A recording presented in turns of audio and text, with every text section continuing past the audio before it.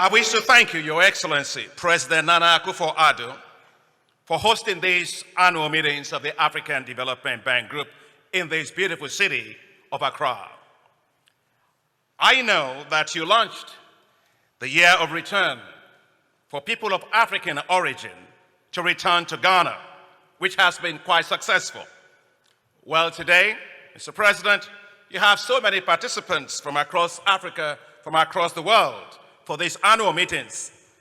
I hope many of them stay and now return home because of the excellent hospitality of the government and the people of Ghana. To them, I say, Akwaba, welcome. Welcome to the gathering of the friends of Africa, the partners of Africa. For this place today is filled with those who have faith in and hope in Africa. Yet, there are millions of Africans who we serve every day who are not here. Yet, we must see them. Yet, we must hear their voices. Yet, we must feel their needs in all that we do. For we do not represent ourselves. We represent them. Their lives are affected every day by climate change. Majority of them, women. Many of their lives are affected by lack of electricity. From a kid struggling to read with candles or lanterns, or the occasional street light in their neighborhoods, to a mother who straps her baby on her back, using fuel and charcoal to cook, yet exposing herself and her child to the effects of fumes that endanger their lives. So, the theme of our annual meetings, achieving climate resilience and a just energy transition, it's all about people.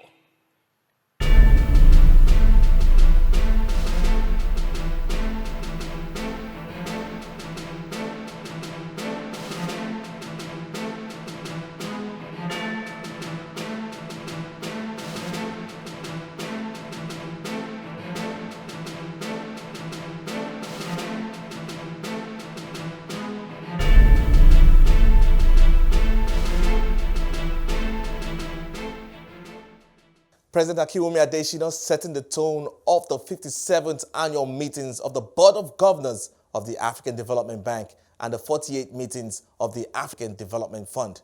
He shares the relevance of this year's theme and why it is a major focus for the bank group. I'm Kenneth Igbomo, and I'll bring you the major highlights from this event.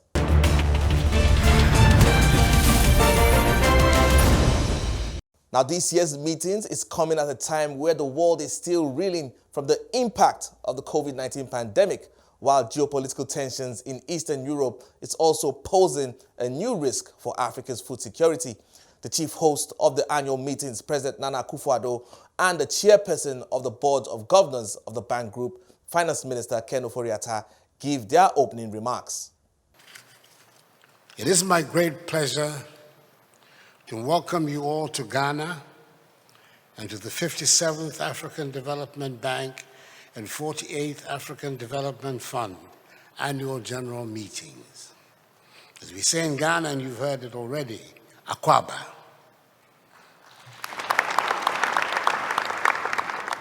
You're amongst the people who pride themselves on their sense of hospitality. I hope by the end of your visit that you will agree with this claim. I believe that the choice of Ghana to host the meetings has everything to do with the special place she holds as a beacon of stable democratic governance in Africa, as well as the proverbial warm hospitality of the Ghanaian people. Indeed, these meetings, being held at a critical period in history, when Africa, like the rest of the world, is dealing with the twin effects of COVID-19 and the Russian invasion of Ukraine, could not find a better venue than our vibrant capital city of Accra. Permit me also to commend the President of the African Development Bank Group Dr. Akufo-Addo for his extraordinary vision, passion, and leadership. The African Development Bank is now a globally reputable bank, maintaining, even in difficult times, its stellar AAA ratings, the only African financial institution with AAA global credit ratings. Ladies and gentlemen, this is the second consecutive year I'm addressing the bank's annual meetings. I had the honor of doing so last year, albeit virtually. Our meetings today, which are being held in person here in Accra, represent a great relief following 2 years of unprecedented disruptions caused by COVID-19. It is fitting that we finally had our chance to host this continental event physically in Ghana. It is even more fitting that we can celebrate the Golden Jubilee 50 years of the ADF in Ghana as well, and also the 50th year of the passing of our former president, Dr. Nkrumah. After all, it was just a stone throw away from this very venue that we lit the flame of African independence in 1957 and stoked the fire of Pan-Africanism to create institutions such as the OAU and the African Development Bank. Unlike our political independence, our economic progress has been uneven and a tad slower. As a continent, our journey has had some highs and unfortunately many lows. Between 1960 and 70, growth on our continent averaged 4.6%. This declined to 1.4% over the decade 1980 to 1990, rising to 2% over the 1990s and 5.6% between 2000 and 2010. Amidst greater political and macroeconomic stability, we unseated the deep sense of Afro-pessimism that dominated the headlines and ushered in a more optimistic and at times even Afro-euphoric mood. Indeed, we went from being labeled the hopeless continent by The Economist in December 2000 to an Africa Rising by the same magazine in March 2011. Such is the true strength and spirit of our people. Throughout these periods of boom and bust, it became clear that the only way for our continent to manifest its destiny with greatness is by collectively leveraging the talents of our people and the resources of our land for our benefit. Now, ahead of the annual meetings, the Board of Governors of the African Development Bank approved a $1.5 billion facility in a bid to avert the looming food crisis. Africa's real GDP growth rebounded to 6.9% in 2022. But just when we thought everything was looking up, then Russia invaded Ukraine. Russia's war in Ukraine has led to new challenges on top of already existing challenges for us. It's led to high energy prices. It's led to high fertilizer prices that have actually increased by more than 300%. It has disrupted food imports, especially for African countries. Well, we are all here this morning for this breakfast. I'm not sure how long we all can continue to eat cheap food. And I'm being very frank with you. As a result of this war. Because Africa, 30 million metric tons of food, of wheat and of maize, will no longer be coming from Russia or from Ukraine. That's imported by Africa. That's a lot of food. So Africa right now faces a looming food crisis as a result of this Russian war in Ukraine. Russia is far from here. Ukraine is far from here. The impacts of it are right here. Again, in the middle of all of that, the African Development Bank stepped up, and we are showing incredible leadership to tackle this new challenge and to ensure that Africa does not experience a looming food crisis. We were not ready when we had COVID-19. We didn't have the technology, we didn't have the vaccines, we didn't have the personal protective equipment, we didn't have anything. But for agriculture,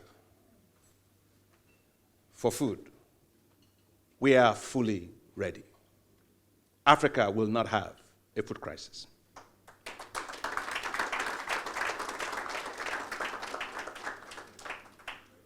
Africa does not need bowls in hand. Africa needs seeds in the ground. Africa should not and will not be begging for food. Africa will produce its own food. For there is no dignity in begging for food. And that's why the African Development Bank and the African Union Commission developed the Africa Emergency Food Production Plan. The plan will provide 20 million farmers with improved seeds and fertilizers to produce 38 million metric tons of food. And that 38 million metric tons of food is divided as follows, because precision matters. There will be 11 million metric tons of wheat. There will be 18 million metric tons of maize. There will be 6 million metric tons of rice. And there will be 2.5 million metric tons of soybeans. Total value of all the food produced that will be produced is $12 billion US. And as my governor, Ken Ofori-Atta, said, being a minister of finance, very quick to look at leverage ratio. When I came here and I talked to him, he said, "You're going to spend how much?" I said, "We will spend for this plan $1.5 billion US. That's how much we're going to spend." He said, "But you're going to produce $12 billion worth of food." Is there a mathematician here? What leverage is that? That is an incredible leverage. And that's what we have to do. So again, let me say, the African Development Bank delivered for Africa. To get the ball rolling as the continent is looking to achieve climate resilience and a just energy transition, the presidential dialogue looks at Africa's development challenges and opportunities. The African Development Bank should be the most powerful agency for financing Africa's development.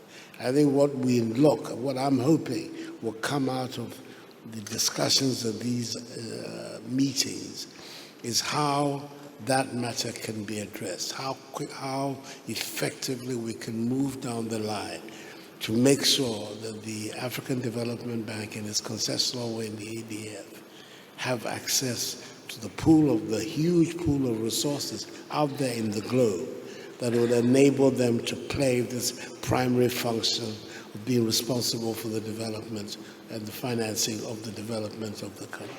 And I think there are some things that are obvious that need to be done. I have to look at the constitution of the bank, the constitution of the ADF, the provisions that, for instance, prohibits the ADF from being able to go to the capital markets of the world. I'm sure I still don't quite understand why that should be the case, especially since that's where the money is. You hear of the figures about monies that are, if you like, in private hands as against those in public resources, and the difference is stark and dramatic. So if it is that we can't get at where the money is, it becomes very difficult to see how they can fulfill their primary function. But I believe these are some of the matters that are on the table here, and we should be looking at and trying to find solutions. COVID, you have learned something very important. We have learned that there are some products you don't produce locally in Rwanda, where you have that capacity to do so. And we have called them must-have products. And what we have done, we have listed them, and we have put in place a list of incentives to tell people, if you come and want to invest in this subsector, you have this list of incentives, but you have also a time frame. Those activities have to be done within 2 years, not more than 2 years since the adoption.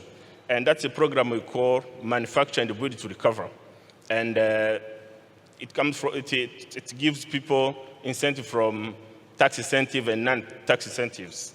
And so far, we have registered more than 90 projects in the manufacturing sector. And that's going to help. And that's going to help to create jobs. And our plan and our projection is that program is going to create more than 30,000 jobs in Rwanda. Telling the stories and raising our voices wouldn't be enough. We have to raise our voice, asking the multilateral financiers to allow AfDB to access to SDRs, because those are going to benefit Africa. We'll be close to get fund from our own bank for our own development. But then I was thinking that most global programs and plans should go in line with what we Africans are planning. And so through our own banks, funds have to be given to our own banks so that we can benefit from that. President Samia Suluhu Hassan of Tanzania touches on one key message that resonated throughout the annual meetings, which is the issue of the IMF's special drawing rights and how best to deploy them for greater impact on the continent.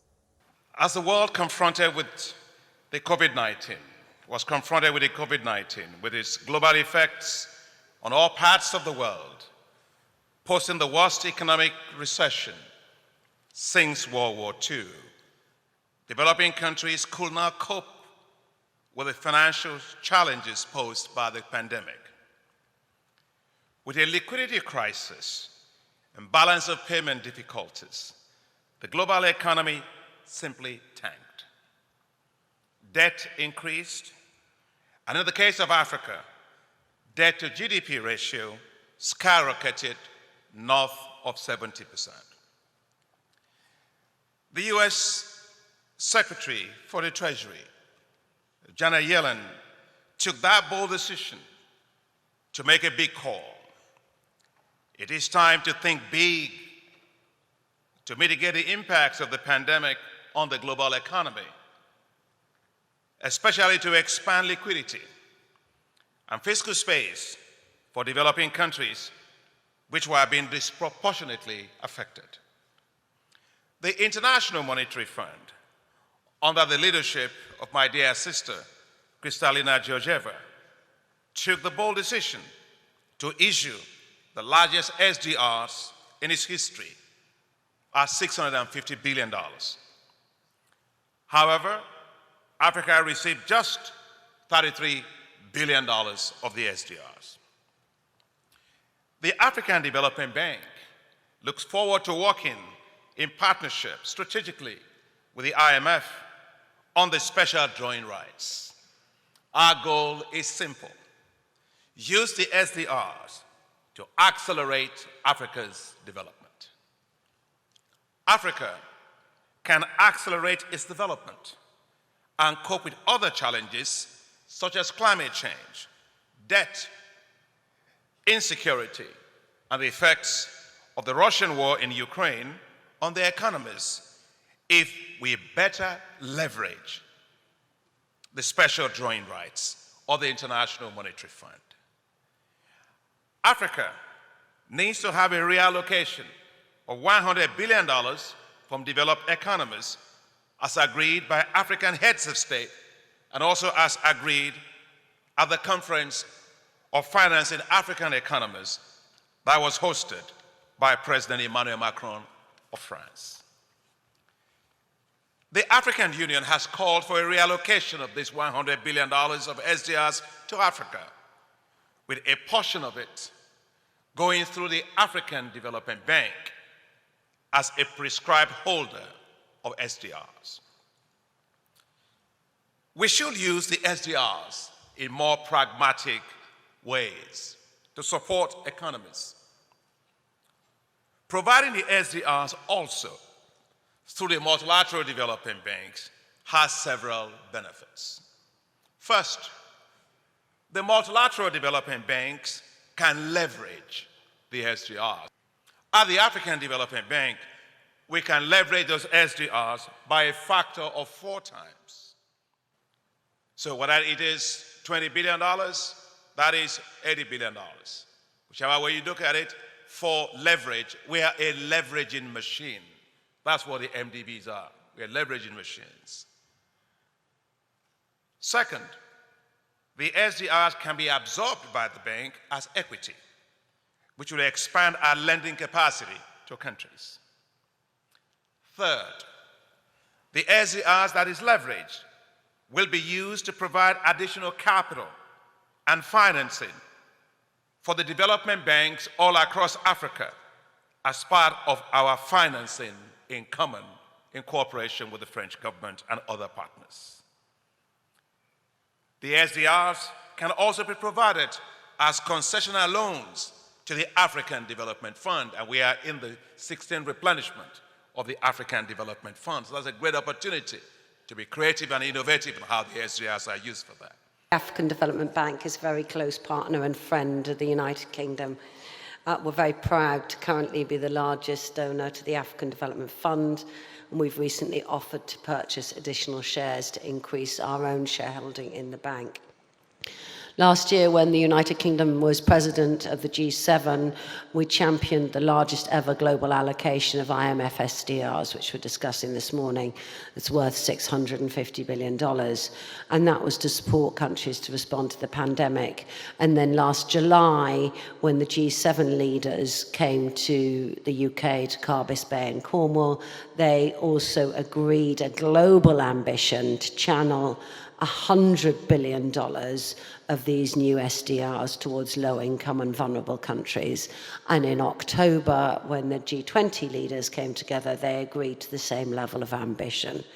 Last October, the UK committed to channel 20% of our new SDRs, that's $4 billion, to support vulnerable countries. So we continue to call on other advanced economies that have not yet committed to channel part of their new SDR allocation to do so. So we've committed $1 billion of those SDRs into the IMF Poverty Reduction and Growth Trust. That's offering concessional finance to eligible lower-income countries, including to 39 African countries.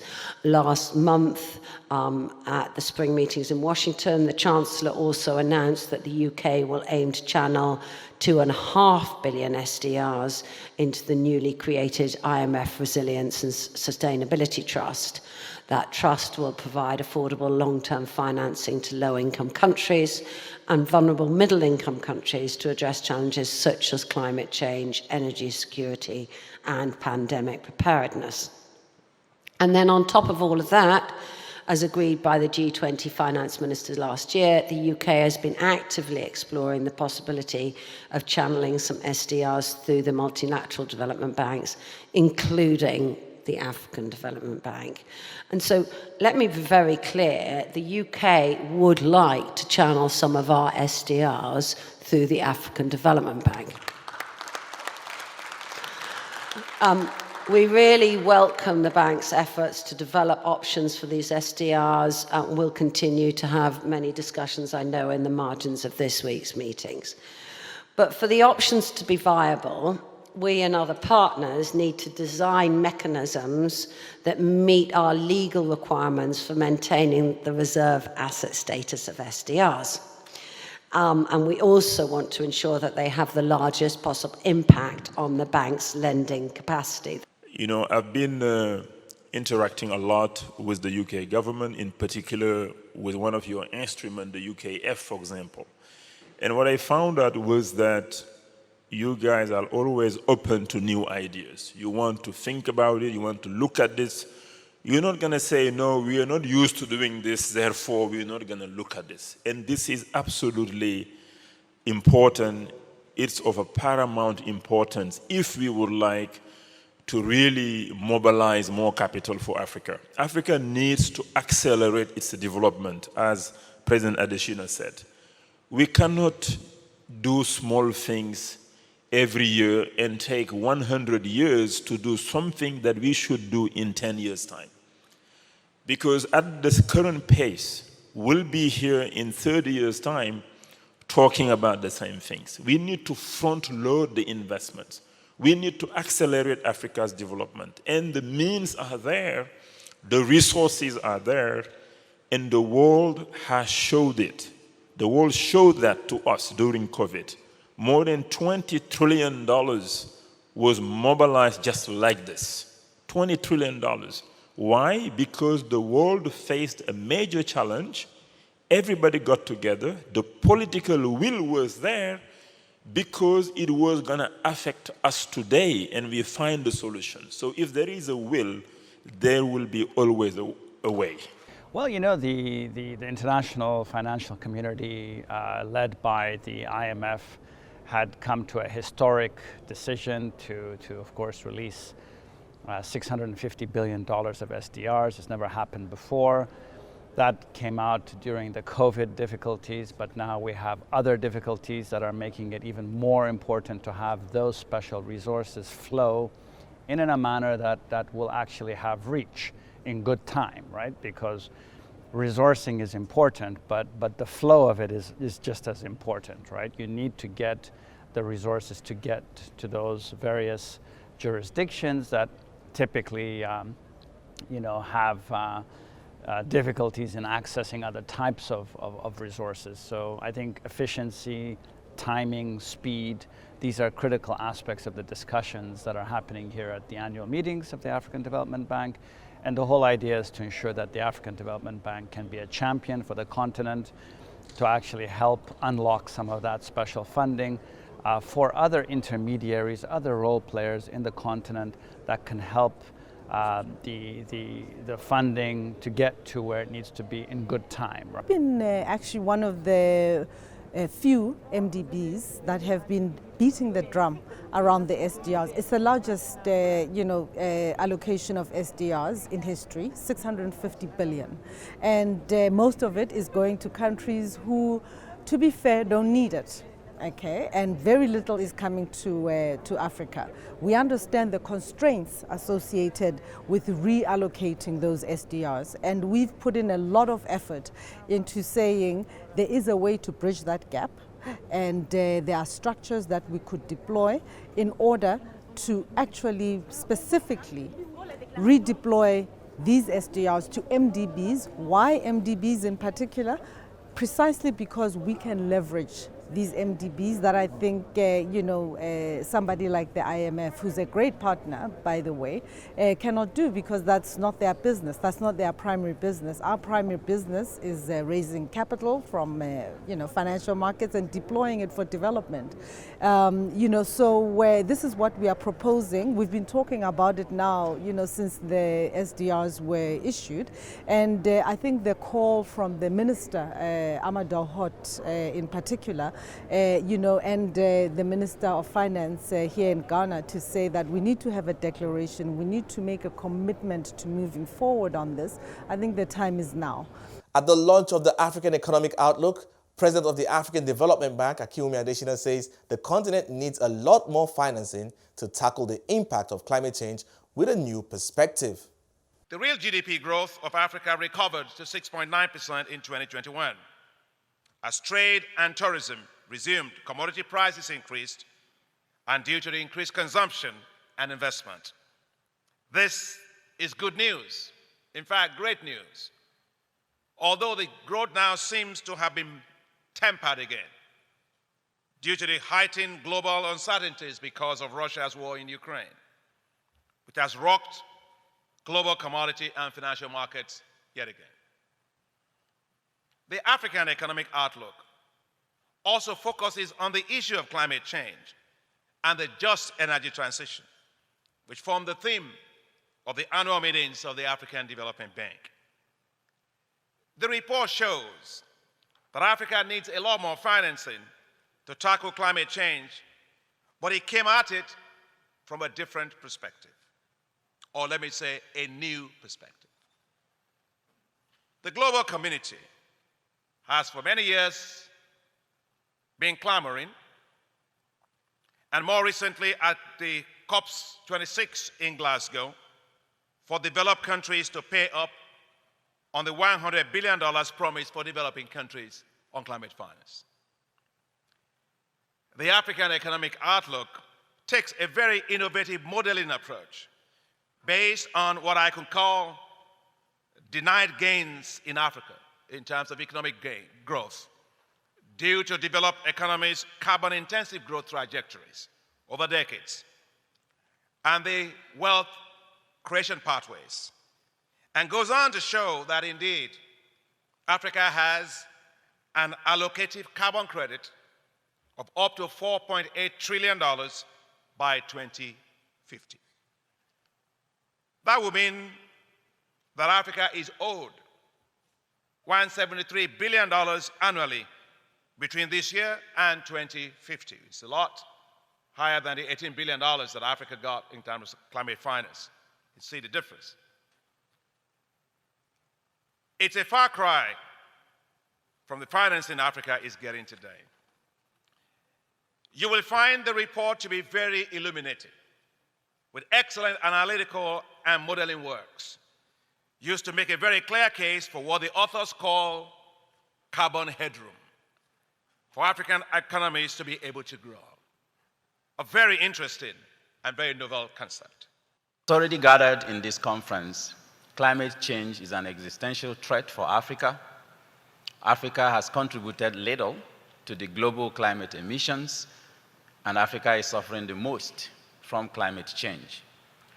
So finding policies that can triangulate addressing climate impacts, which is real for Africa, and also allowing Africa to continue to grow within that carbon headroom that the President has introduced, was the subject of inquiry of this report. If we do that, we'll be able to achieve what we've called inclusive growth. The report is structured in 3 chapters. The first is on Africa's economic performance and outlook. The President has already painted the picture for 2020, 2021 and 2022. Then we looked at climate resilience and just energy transitions in Africa.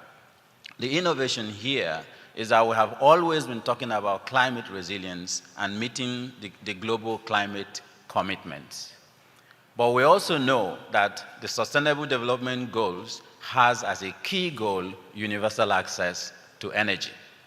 And that is for a reason, because energy access is fundamental to achieving all the other goals that we have in the global goals for 2030. Financing climate resilience and just energy transitions becomes then very important for continents and countries suffering most from climate change, such as Africa.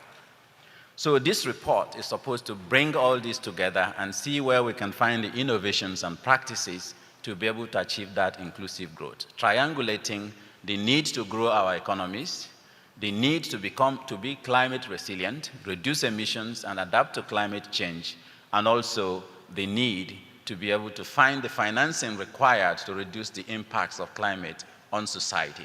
The African Development Fund is the bank's concessional financing window, and this year, the ADF marks its 50th anniversary. So what has been the impact over the years?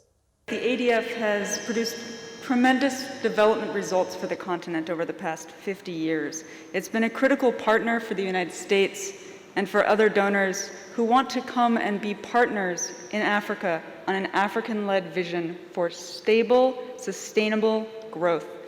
And we want to be part of that, and that's why we choose to partner with the ADF. We choose to partner with the ADF because we believe in a resilient, inclusive Africa, and we want to be part of that vision. And we come together here as a forum of international participants who can work together on taking that vision into the future. And that's why we want to talk about the next ADF, the next 50 years. Yeah, look, thank you. I mean, my first experience of the ADF was actually when I moved to Malawi 15 years ago. And my first weekend there, I drove to the lake. I'm sure many of you have been to Lake Malawi. It's really beautiful. And this road had just been built funded by the ADF. And it was just really amazing just how the communities around the lake had been transformed, that had more tourism. Also along the road, communities, people are able to access markets more differently. So I remember seeing the logo of the African Development Bank and being really struck by the real impact it was having then. So it's a real pleasure now to be involved with negotiating the new replenishment with some of our colleagues here. I think for the UK, we do a lot bilaterally, and our international development strategy that we published last week does say a lot about that as well. But it also recognises that multilateral funds like this one are really, really essential if we're going to solve global challenges that we all face, like climate change, pandemics, and so on. And in that respect, I think we really recognise the unique kind of offer of this fund, both in terms of the real local insight and knowledge that the bank brings to Africa. But also the real niches and strengths that the fund has developed over time. So I think particularly, obviously the work it does on infrastructure. There was a really brilliant article by CGD published about a month ago, which showed that the bank does more infrastructure with private participation than I think actually the World Bank does in Africa, despite being relatively smaller. So I agree. So I thought that was a really impressive demonstration of the real niche that the bank has there. I think, also obviously really strong in the area of agriculture as well, which I think, right now is needed more than ever with the food security challenges that many countries are facing after Russia's invasion of Ukraine. And also on policy reform, I think the bank's achieved incredible results over the years, helping countries raise revenues, manage their public finances better, and so on as well. So we really acknowledge all those. And I think the other thing I'd like to say is that the fund, I think, has been a real source of great innovation as well. So if you look at things like the private sector facility, helping get deals over the line that wouldn't have happened otherwise, the transition support facility, and the innovative ways that the fund's been able to adapt and help countries transition out of fragility. And also the work that's done, the fund does with the DRIFI as well, in terms of helping countries to insure themselves against natural disasters. I think the fund's been, it's been really innovative over the years as well. Canada has been a supporter. We were an original shareholder. So what I can say is that we've been here for a long time, and we will continue to be with the ADF in the future. We think there's a lot of work to be done. There are a lot of challenges facing the world and facing the continent, but we're looking forward to working with the ADF to tackle those. And I find it exciting, in our governor's discussion, we talked about innovative, ideas, fresh thinking that we're doing together. And the one thing that Canada, when I think about what makes me excited about this, I think about the results, I think about the outcomes, and our ability to reach people and to change lives. So one of the things I really liked about this event that you had was that we got to meet Selena and we got to learn about the Women's Association. That's really bringing it home about who this is for. And so the hope for Canada is that all of these efforts reach everyone, that no one is left behind, and that we are able to, even the most marginalized, change their lives. The annual meetings also presented a unique opportunity for the African Investment Forum to showcase some of its major projects and also keep the conversation going on the power of the platform to attract critical investments. It's work in progress, the platform. It's a transactional platform. So yes, we had market days, which is to showcase what you're doing and have the boardrooms. And that didn't happen, it was postponed. We're going to have one November 2 to 4 this year in Abidjan as well. But the work continues. And the work involves curating the projects, working with the project sponsors, ensuring that those projects are prepared for bankability. We're also raising capital. I'm not sure you're aware that 32.2 billion worth of investment interests were raised during the virtual boardrooms. Part of the work we're doing now is to ensure that those investment interests translate to actual commitments into the projects and make sure that these projects themselves have the enabling structure to receive the investments and the form they're coming to. So it's a lot of interesting work, and more are coming onto our platform. We're onboarding a lot, doing the necessary KYCs and doing the necessary review of environmental impact, social impact. These are the things we look at before we put a project on our platform. So it's work in progress, and this is one of the reasons why we're here today in Accra, on the margins of the African Development Bank's annual meetings. We have a long-standing history with Accra and the entire government and private sector of Accra in supporting the platform. So we're showcasing projects that have happened in the past and showcasing those that are in the pipeline for Ghana, and chief amongst them is a state-of-the-art health center about to be fully subscribed in terms of interest. Still on deals, the week of the annual meetings also coincided with the state visit of the President of Mozambique to Ghana, and the African Development Bank signed an advisory service agreement with the government for the $4.5 billion Mpanda-Nkuwa hydropower project. Let me congratulate Your Excellency for your vision. You know, you said something this morning, or this afternoon during the panel. You said, I'm an engineer, and I cut straight to the issue. And I think as an engineer, you're doing a fantastic job as president. I've interacted with you. You're very focused. You're very dynamic. You want things done like last year. Whether it is roads, whether it's agriculture, whether it is energy, whether it is transport, you're a president in a hurry. And you have a partner in me because I'm also in a hurry. And the bank is there to support you as president. This agreement that has been signed today is another testimony that we are working together. Your country has 2,700 megawatts of electricity, which is not enough. And this particular Mpanda core will allow you to have another 1,500 megawatts. That roughly about 3.2, the cost of it is $4.5 billion. $3.2 billion of it will be for generation, and $1.3 billion of it will be for transmission. But I want to also thank you because you have laid the foundation for success that you have just extended to me. Estas palavras são para os moçambicanos os resilientes, aqueles que dia a dia conhecem o nosso objetivo, porque sempre falamos. These words are meant for the Mozambicans who, on a daily basis, are with us. They know very well what are our objectives, and we talk to them and they know what it is intended of them. Quero felicitar esta assinatura que acabamos de assistir e foi celebrada. É sinal do compromisso que o Banco Africano tem para os países africanos. I wish to commend for this signing that we have just witnessed. This indeed signals the commitment of the African Development Bank towards African countries. Este é o primeiro passo que está a ser dado em função ao Mpanda-Nkuwa e dado pelo Banco Africano. Tem grande sentido. Os outros apoios virão, mas mesmo assim dissemos, enquanto esperamos mais apoios sejam mobilizados, nós africanos vamos avançar. Parabéns.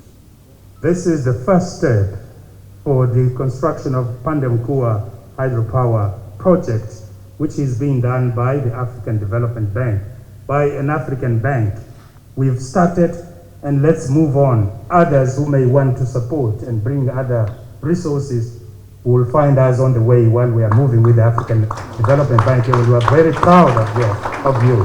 One of the priorities of Mozambique is to improve and increase its capacity on the power sector, to invest more along the supply channel, focus on additional unities, improve the capacity for generation of electricity.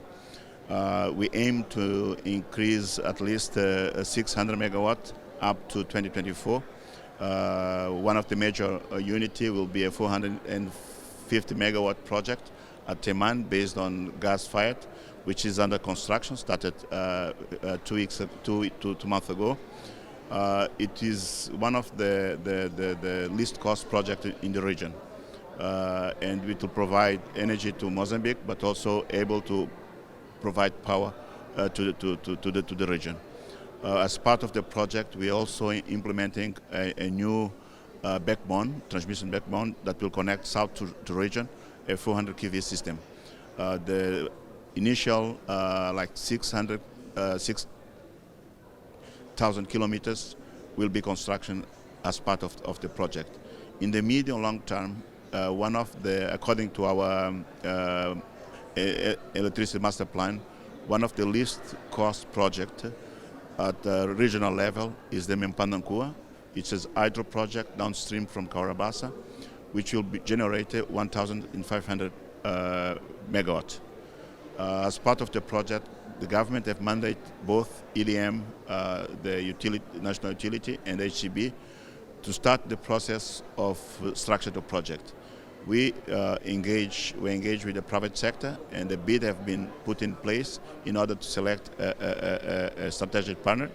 The process will be finalized within the next 3 months, and we are ready to conclude most of the technical studies.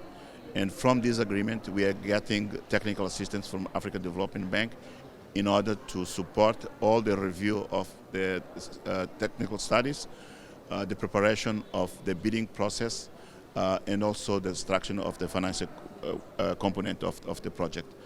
We aim to start the construction in 2024. It will take 6 years construction.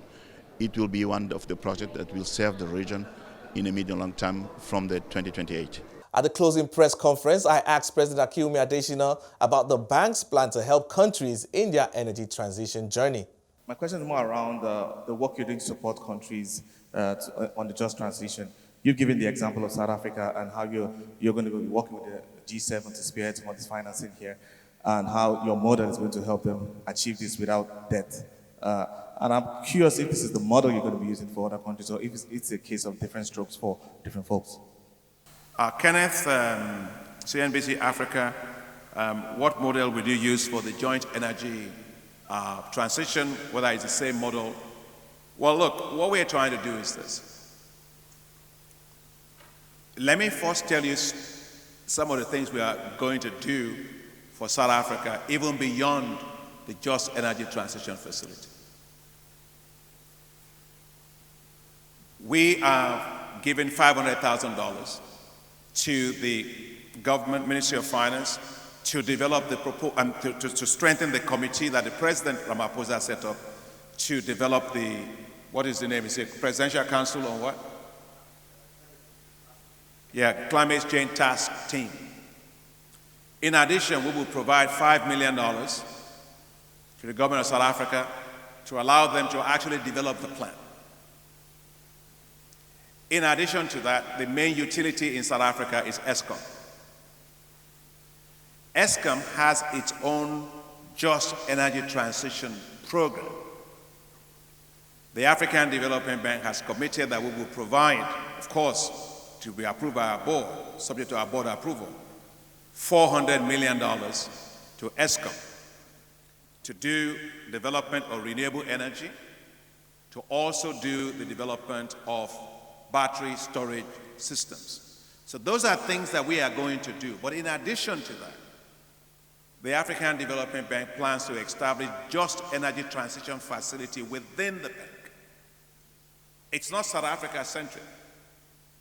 It's a facility that will receive grants, that will receive concessional financing and guarantees, that allows us to have a special purpose vehicle that we can use to go raise money on the capital markets. In this case, the first test case is South Africa. But we want to use that facility to warehouse all the coal-based assets in Africa and all the heavy fuel oil power generation capacities we have, and to transition them in a pragmatic manner by using a lot more renewable energy to reduce the emissions. So it's going to be a facility at the bank. That's what we're trying to do. But our first thing is we have to get South Africa right, because South Africa has how much on coal? It's about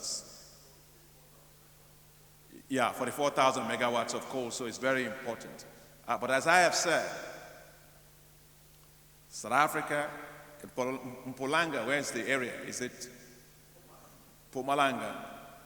They have coal family businesses, they have communities that have depended on this for years. So we're dealing with lives of people and communities and so on. So we do not need to have the money in hand, and we are working together with the South Africans to make sure that works. If we get it right in South Africa, we get it right everywhere else.